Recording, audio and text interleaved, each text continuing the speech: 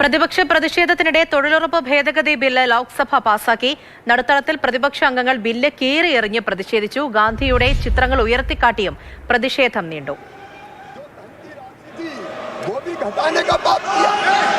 Budget का आवंटन कर दिया 33,000 करोड़, ये हाथी के दांत। मैं आज दावे के साथ कहना चाहता हूं और इस पवित्र सदन के माध्यम से देश की जनता को भी, माननीय अध्यक्ष महोदय, मैं कहना चाहता हूं इस बिल के नाम में ही, इस बिल के ബില്ല് കീറിയെറിഞ്ഞ നടപടിയെ സ്പീക്കർ എതിർത്തു. വികസിത ഭാരതത്തിലേക്കുള്ള ചുവടുവെപ്പാണ് എന്ന് മന്ത്രി ശിവരാജ് സിംഗ് ചൗഹാൻ ബില്ലിനെ വിശേഷിപ്പിച്ചു. പി ബസന്ത് വിവരങ്ങളുമായി ചേരുന്നുണ്ട്. ബസന്ത്, ബില്ല് പാസ്സാക്കിയിട്ടുണ്ട്. അത്രത്തോളം വലിയ പ്രതിഷേധമായിരുന്നു. സഭയിൽ എന്താണ് നടന്നത്? ഒപ്പം പുറത്ത് എങ്ങനെ പ്രതിഷേധം മുന്നിലേക്ക് കൊണ്ടുപോകാനാണ് പ്രതിപക്ഷത്തിന്റെ തീരുമാനം?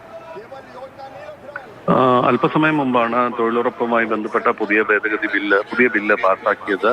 പ്രതിപക്ഷം ഉയർത്തിയ വലിയ ബഹളത്തിനിടയിലാണ് ബില്ലുകൾ പാസാക്കിയെടുത്തത്.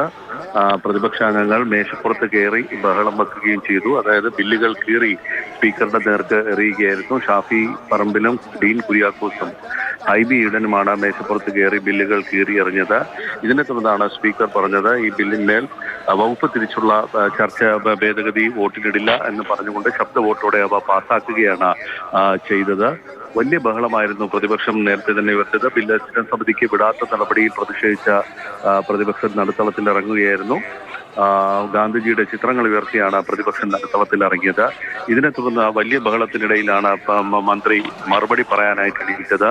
വികസിത ഭാരതത്തിലേക്കുള്ള ചുവടുവെപ്പ് എന്നുള്ളതായിരുന്നു മന്ത്രിയുടെ നിലപാട്. അതോടൊപ്പം തന്നെ ഗാന്ധിജി കോൺഗ്രസുകാർക്ക് വെറും ചിത്രം മാത്രമായിരുന്നു. പക്ഷേ മോദിയെ സംബന്ധിച്ചിടത്തോളം, NDA സർക്കാരിനെ സംബന്ധിച്ചിടത്തോളം ഗാന്ധിജി എന്ന് പറയുന്നത് മോദി സർക്കാരിന്റെ വികസന പദ്ധതികളുടെ ഭാഗമായി തന്നെ ഉണ്ടായതാണ് എന്നാണ് മന്ത്രി പറഞ്ഞത്. മാത്രമല്ല, തൊഴിൽ ദിനങ്ങൾ UPA സർക്കാരിന്റെ സമയത്ത് കുറവായിരുന്നു.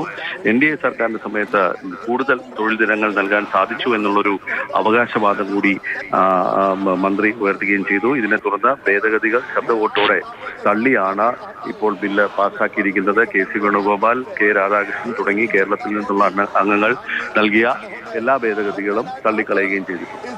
ശരി, പി ബസന്താണ് വിവരങ്ങൾ നൽകിയത്. विकसित भारत होगा। प्रधानमंत्री नरेंद्र मोदी जी के नेतृत्व में महोदय, प्रधानमंत्री नरेंद्र मोदी जी के नेतृत्व में एक वैभवशाली भारत, एक गौरवशाली भारत, एक संपन्न भारत, एक समृद्ध भारत बन के सामने केवल योजना नहीं रख रहा हूँ,